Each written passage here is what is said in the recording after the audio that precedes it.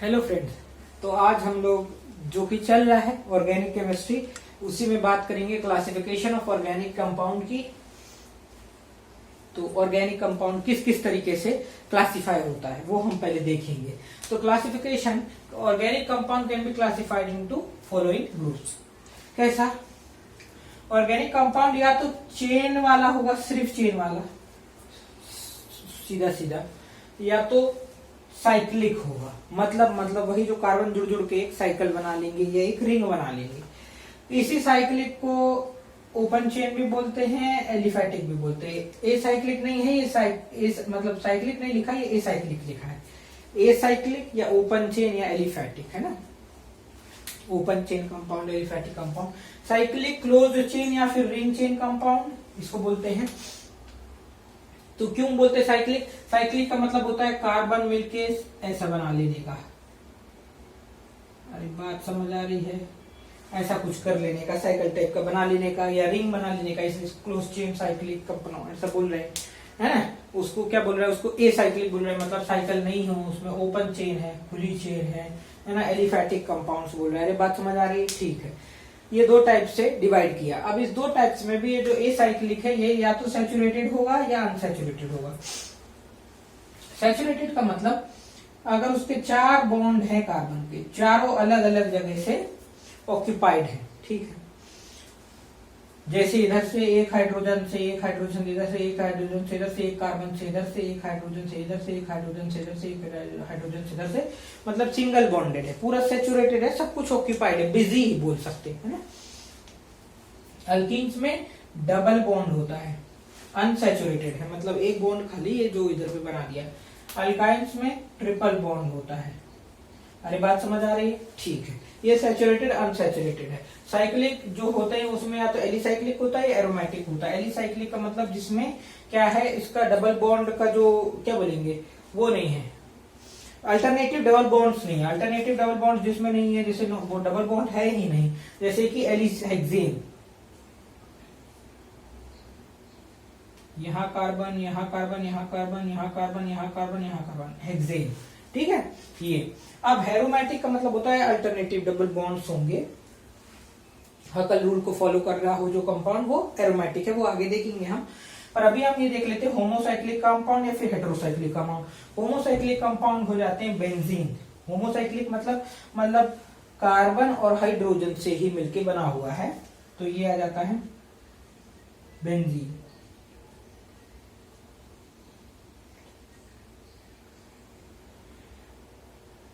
ये बेंजीन, ठीक है। अब इधर पे कुछ ना कुछ होगा, 1 2 3 4 हाइड्रोजन तो जुड़े ही होंगे ना यार, वो तो अपन बनाते नहीं है ना। बात तो समझ आ रही है नोटेशन के लिए, बाकी हाइड्रोजन तो जुड़े होंगे। हेटेरोसाइक्लिक कंपाउंड की बात करते हैं तो इसमें पायरिडीन आ जाता है, ठीक है। हेटेरोसाइक्लिक मतलब जिसमें और भी दूसरे कंपाउंड कार्बन हाइड्रोजन के अलावा जुड़े हो, है ना, तो इसमें जाता है पायरिडीन।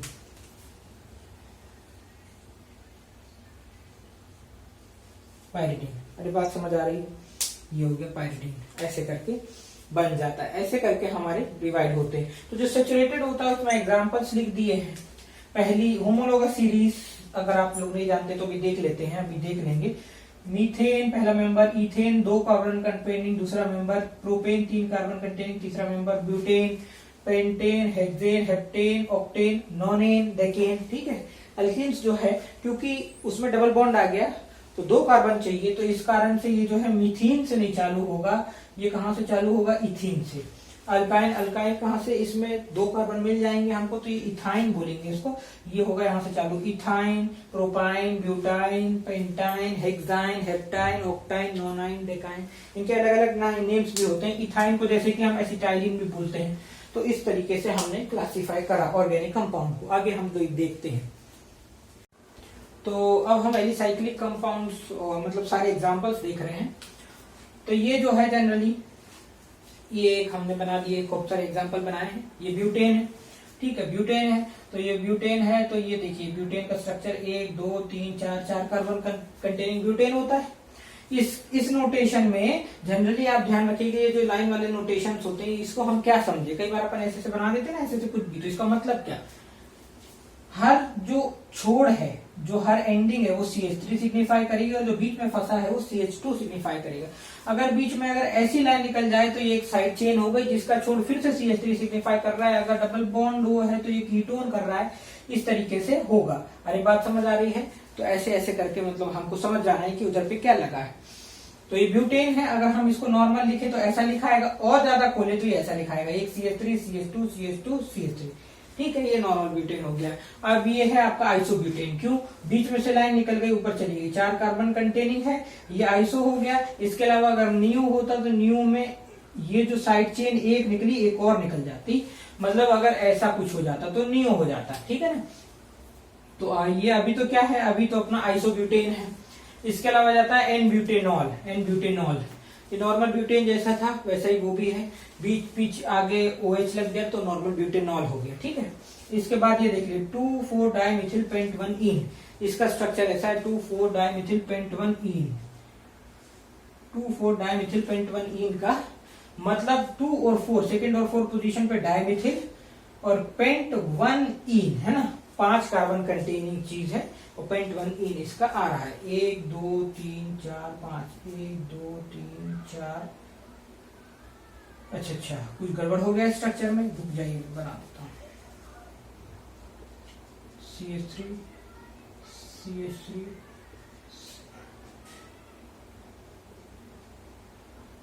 CH2 CH3 CH2, ये जो स्ट्रक्चर है ये सही स्ट्रक्चर है। ठीक है, तो 2,4-डाइमिथिल पेंट-1-ईन इस तरीके से ये बन गया। ठीक है, ये एलिसाइक्लिक के हो गए, मतलब आपका ए साइक्लिक के हो गए, सॉरी ए साइक्लिक के हो गए, ये ए साइक्लिक के हो गए। एलिसाइक्लिक जो है मतलब नॉर्मल जो ए साइक्लिक जैसे ही है बस साइक्लिक हो गए हैं। तो उसमें ज्यादा compounds which resembling open chain compound है ना, cyclic compound resembling open chain compound, जैसे कि साइक्लोहेक्सेन, साइक्लोब्यूटेन। ब्यूटेन क्यों 4 कार्बन कंटेनिंग, हेक्सेन क्यों 6 कार्बन कंटेनिंग, ये साइक्लोब्यूटेनोन क्यों डबल बॉन्ड लग गया, कीटोन जुड़ गया। Aromatic compound these are the compound which follow Huckel rule. Huckel rule फॉलो करे, अल्टरनेटिव डबल बॉन्ड हो, जैसे कि बेंजीन, एनिलीन, फिनॉल। ठीक है, एनिलीन NH2 जुड़ गया, फिनॉल में OH जुड़ गया। ठीक है, बेंजोइक एसिड में COOH जुड़ गया, नेफ्थलीन। ठीक है, नेफ्थलीन हो गया, ये एंथ्रेसीन हो गया। इस तरीके से थोड़ा सा एग्जांपल थोड़े ध्यान रखेंगे तो कोई दिक्कत नहीं है। क्यों COOH ग्रुप जड़ गया तो बेंजीन जो है वो बेंजोइक एसिड बन गया, OH जुड़ गया तो फिनॉल बन गया, है ना। एनिलीन बन गया, NH2 जुड़ गया तो नेफ्थलीन, मतलब 2 बेंजीन रिंग जुड़ गई तो 3 बेंजीन रिंग जुड़ गई तो एंथ्रेसीन हो गया। अरे बात समझ आ रही है? लेकिन डबल बॉन्ड का खेल है, देखना डबल बॉन्ड एक कॉमन रखा गया है, थोड़ा सा ध्यान रख के बनाना है स्ट्रक्चर।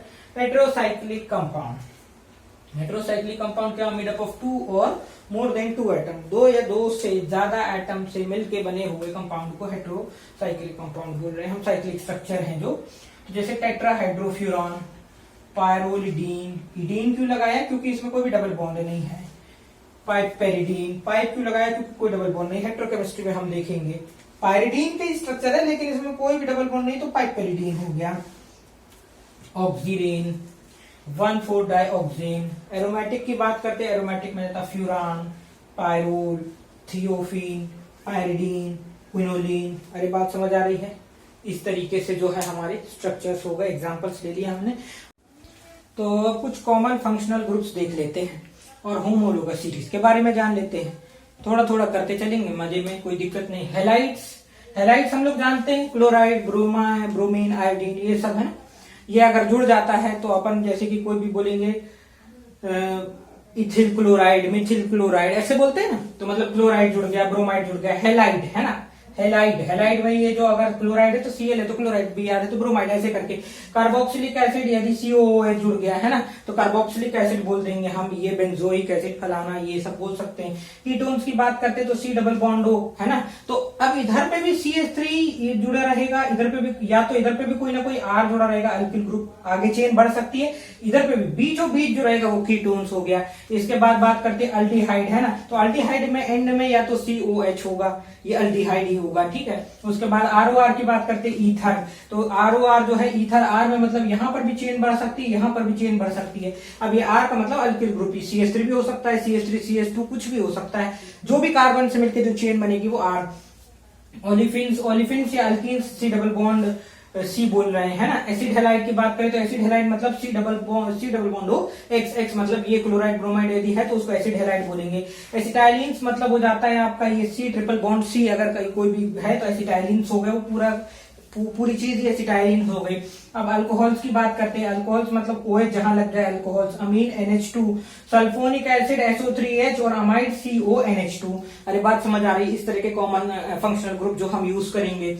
होमोलोगस सीरीज का मतलब होता है अ group of a particular class of compound, मतलब ये जैसे पूरी क्लास है, एक ग्रुप है, तो ये जो एक पूरी क्लास है ये ग्रुप है पूरा। तो a group of a particular class of compound where preceding मतलब आगे जाने वाला मेंबर जो अगला मेंबर है, एंड सक्सीडिंग मतलब पुराना मेंबर जो है, succeeding member differ bye CH2। देखो कैसे, ये CH4 है, CH4 है मतलब एक कार्बन और 4 हाइड्रोजन है, ठीक है।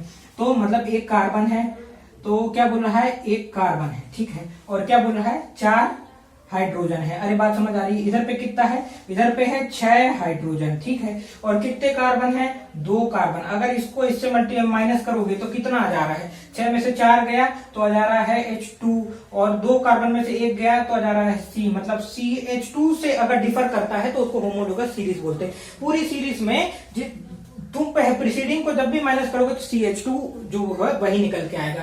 अब इनके कुछ कैरेक्टर्स होते हैं। क्या बोला, a group of particular class of compound where preceding and succeeding member differ by on CH2, है ना, CH2 से डिफर करता है। The member of the series are known as homologous series, these have same general formula. अब इनके कुछ characteristic है, इनका सेम जनरल फॉर्मूला होता है। जैसे अल्केन्स का जनरल फॉर्मूला होता है CnH2n+2, इससे पूरे अल्केन बनाए जा सकते हैं। ये n की वैल्यू बदल बदल के। उसके बाद मोलिकुलर वेट की बात करें, मोलिकुलर वेट जो है सबका, इनका सबका एक दूसरे से डिफर करेगा, मतलब अगर इसका बात करें तो इससे 14 ज्यादा ये, इससे 14 ज्यादा ये, differ by 14 of the 2 successive member, 2 successive member से 14 डिफर करेगा, ठीक है। Can be prepared by general method of preparation. जो पूरी एक सीरीज है इसमें जो एक मेथड ऑफ प्रिपरेशन लगाएंगे हम किसी भी एक मेंबर पे, तो जनरली पूरे मेंबर उससे बन सकते हैं, वो सेम मेथड से। हैव से ऑलमोस्ट सिमिलर केमिकल प्रॉपर्टीज, लगभग सिमिलर केमिकल प्रॉपर्टीज होगी।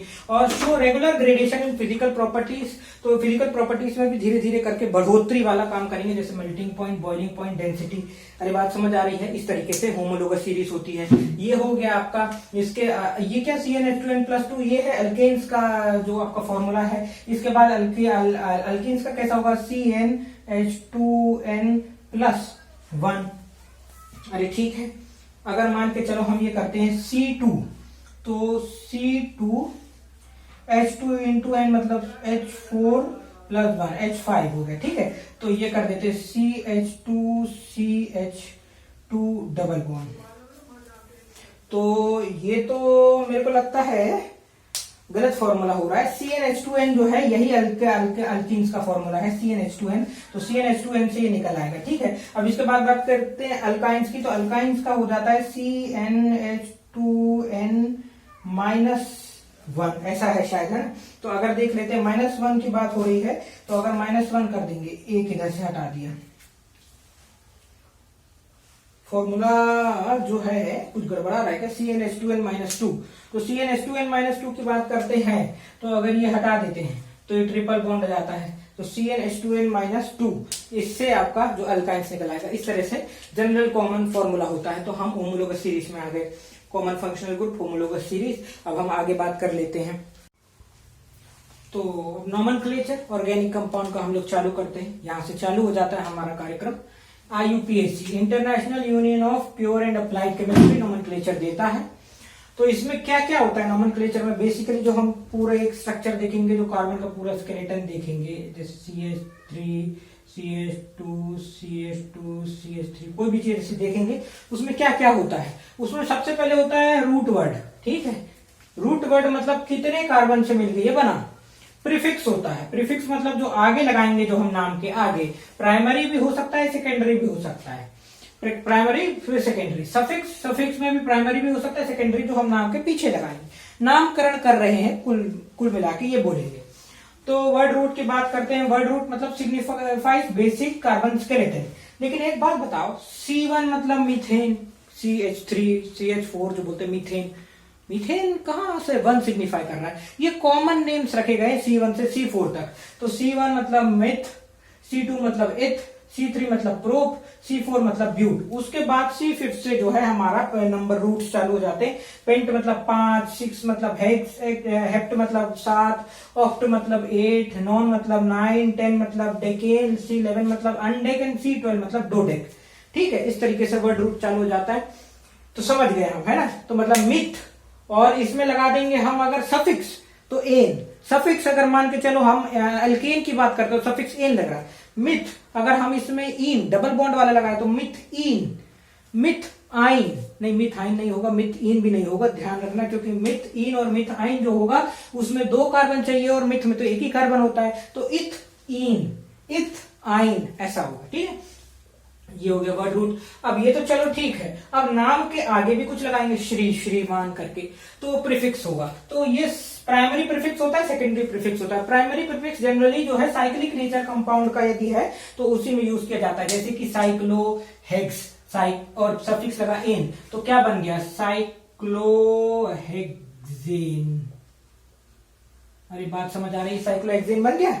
साइक्लो मतलब प्रीफिक्स, हेक्स मतलब वर्ड रूट, एन मतलब सफिक्स। ठीक है, ऐसे सेकेंडरी प्रीफिक्स का मतलब होता है जो इसके भी पहले लगे। अब जनरली सेकेंडरी लग रहा है तो ऐसा लग रहा है कि अब इसके बाद लगेगा प्रीफिक्स के, है ना, ऐसा नहीं, जो इसके भी पहले लगे, प्राइमरी प्रीफिक्स के भी। Certain group that are not considered as functional group, functional group क्योंकि पीछे लगाते हैं हम, लेकिन जो फंक्शनल ग्रुप नहीं मानते हैं हम उसको हम आगे ले जाते हैं नाम में, बट कंसिडर्ड एज सब्स्टिट्यूएंट, क्योंकि उनको हम सब्स्टिट्यूएंट कंसिडर करते हैं। These are added before word root in acyclic compound, acyclic compound में ये वर्ड रूट के पहले लगाए जाते हैं, and before primary prefix in cyclic compound. Primary prefix के पहले जो लगा दिया जाए, या फिर एसाइक्लिक के केस में जहां प्राइमरी प्रीफिक्स नहीं है वहां पर आप जो वर्ड रूट के पहले लगाओ वो होगा सेकेंडरी सफिक्स। ठीक है, तो जैसे एक्स है हेलो, हेलो एल्केन, है ना, हेलो एल्केन, तो मतलब हेलो आगे लगा, एल्केन पीछे लगा। एल्केन मतलब मीथेन, इथेन कुछ भी हो सकता है।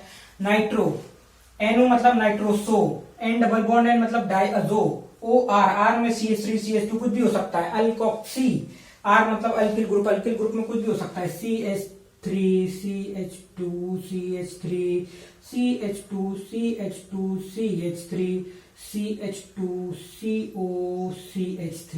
बात समझ में आ रही है, ऐसे कुछ भी अल्किल ग्रुप जो है वो आर कहलाता है। अब आ जाता है ये आपका, जैसे एक एग्जांपल लिख लिया CH3 CH2 NO2, तो ये तो इथ हो गया, इथ हो गया, 2 कार्बन कंटेन, एन है क्योंकि सैचुरेटेड कंपाउंड है, और NO2 लगा दिया तो नाइट्रो इथेन। अरे बात समझ आ रही है, कोई दिक्कत? ठीक। अब अगला जाता है प्राइमरी सफिक्स। क्या है सफिक्स का मतलब होता है वर्ड के पीछे लगाना। क्या हो जाता है, सफिक्स का मतलब हो जाता है वर्ड के पीछे लगाना। सफिक्स का मतलब नाम के पीछे लगाना, मतलब उसका सरनेम क्या है ऐसा बोल सकते हैं। तो added to the word root to signify saturation and unsaturation, मतलब जो कंपाउंड सैचुरेटेड है कि नहीं है उस कारण से हम प्राइमरी सफिक्स लगाते हैं। जैसे सैचुरेटेड कंपाउंड्स में हम एन लगाते हैं, अल्केन, अल्केन, ये मीथेन, इथेन, ब्यूटेन, और अनसैचुरेटेड में हम इन और आइन लगाते हैं, डबल बॉन्ड में इन और आइन। जैसे कि एग्जांपल है मीथेन, इथीन, इथाइन। अरे बात समझ आ रही है, ठीक है। सेकेंडरी सफिक्स का मतलब added to indicate functional group, ये फंक्शनल ग्रुप को इंडिकेट करने के लिए हमारा यूज होता है जनरली। तो जैसे हमने मीथेन लिखा था तो मीथेन में हम ओ हटा दे, ई हटाना पड़ेगा। सेकेंडरी सफिक्स जब भी लगाओगे तो ई हटाना पड़ेगा और इसकी जगह ऑल लगा दोगे। अगर OH है तो मतलब अल्कोहल है तो ऑल लगा दोगे। इसके अलावा अगर आपका मिथेनोइक एसिड है तो ओइक एसिड लगा दोगे, है ना। और बहुत सारे ग्रुप्स हैं, अभी मैं बोर्ड मिटाने के बाद अभी फिर से लिख देता हूं पूरे ग्रुप्स के नाम, तो वैसे हमको ध्यान रहेगा। तो सेकेंडरी सफिक्स समझ में आ गया, added to indicate functional group present, E is dropped off primary suffix. Primary suffix में से हम ई हटाकर उसको लिखेंगे, जैसे मिथेनॉल, इथेनॉल। अरे बात समझ आ गई, ठीक है। तो मैंने बोला कि अभी हम लोग क्या पढ़ रहे थे, सफिक्स, है ना, सेकेंडरी सफिक्स। तो उसमें ई हटाकर हमको फंक्शनल ग्रुप जोड़ना था। तो अब जैसे OH आया अल्कोहल तो क्या लिखेंगे, ऑल लिख देंगे, तो अल्केनॉल, ठीक है। CH2 अल्डिहाइड आया तो AL लिखेंगे तो अल्केनल। C डबल बॉन्ड O आया मतलब कीटोन तो ओन लिखेंगे तो अल्केनोन।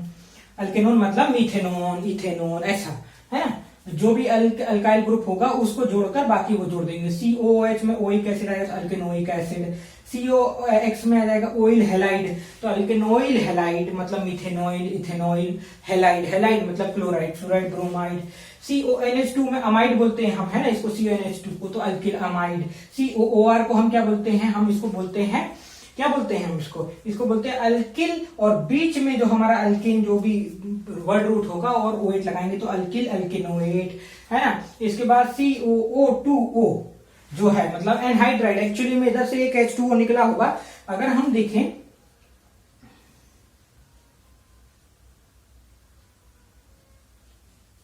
ऐसा, तो एक्चुअली में क्या हुआ होगा, यहां पर ना एक O और होगा, देखो C डबल बॉन्ड OOH, और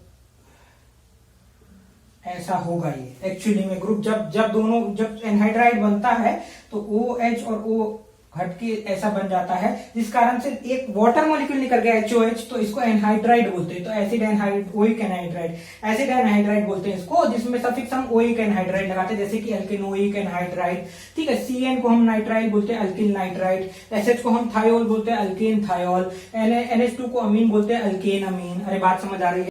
तो चलिए अपन लोग वीडियो के लास्ट पार्ट में हैं, और अब हम लोग बस एक प्रैक्टिस करके देख लेते हैं एक स्ट्रक्चर हमसे बनता है कि नहीं। उसके आगे हम अगले वीडियोस में पूरा फुल प्रूफ प्रैक्टिस करेंगे अल्केन्स, अल्कीन्स, अल्काइन्स और फंक्शनल ग्रुप की। तो जनरली ये जो है ये 6 कार्बन कंटेनिंग, इसकी नेमिंग करके देखते हैं क्या ये हमसे बन रही है कि नहीं। सबसे पहले हम रूट, वर्ड रूट देखते हैं, वर्ड रूट देख लेते हैं। तो ये है 6 कार्बन कंटेनिंग, तो हेक्स। अरे समझ आ गया बात। अब हमको देखना है प्रीफिक्स, है ना, प्रीफिक्स देखना है। तो उसके पहले हमको फंक्शनल ग्रुप कंसीडर करना पड़ेगा, कौन सा फंक्शनल ग्रुप हम माने इन दोनों में से। तो आगे हम प्रेफरेंस ऑर्डर पढ़ेंगे, जिसमें पता चलेगा कि जो प्रेफरेंस ऑर्डर में आगे होता है वो फंक्शनल ग्रुप हम उसको मानते हैं। जैसे अभी हम इसमें OH को मान रहे हैं, Br को जो है साइड सब्स्टिट्यूएंट मान रहे हैं, तो सब्स्टिट्यूएंट मान रहे हैं तो प्रीफिक्स में जाएगा ये, और वो भी कौन से प्रीफिक्स में, सेकेंडरी प्रीफिक्स में जाएगा, क्योंकि फंक्शनल ग्रुप सेकेंडरी प्रीफिक्स में आता है। प्राइमरी प्रीफिक्स में क्या आ जाता है आपका, जो भी आपका ये जो साइक्लो वाला हो जाता है, और सेकेंडरी प्रीफिक्स आगे लगता है, हमने पढ़ा। प्राइमरी प्रीफिक्स बाद में लगता है, ये भी पढ़ा हमने, ठीक है। तो प्राइमरी प्रीफिक्स क्या हो जाएगा आपका, साइक्लो। सेकेंडरी प्रीफिक्स क्या हो जाएगा आपका, वो हो जाएगा ब्रोमो। कौन सा ब्रोमो, 1 2 3 4 नंबरिंग वहां से चालू करेंगे जिसको हम फंक्शनल ग्रुप मान रहे हैं। और हम इधर से भी जा सकते थे, लेकिन इधर से क्यों गए, इधर डबल बॉन्ड पड़ा, तो 1 2 3 4 ब्रोमो। क्या ये हो जाएगा आपका 4 ब्रोमो। सेकेंडरी प्रीफिक्स हो गया। अब आपके पास आ जाता है सफिक्स। सफिक्स का मतलब सेकेंडरी सफिक्स हो जाएगा आपका, सेकेंडरी सफिक्स जो हो जाएगा आपका, वो हो जाएगा आपका फंक्शनल ग्रुप क्या है। तो फंक्शनल ग्रुप क्या है, ऑल।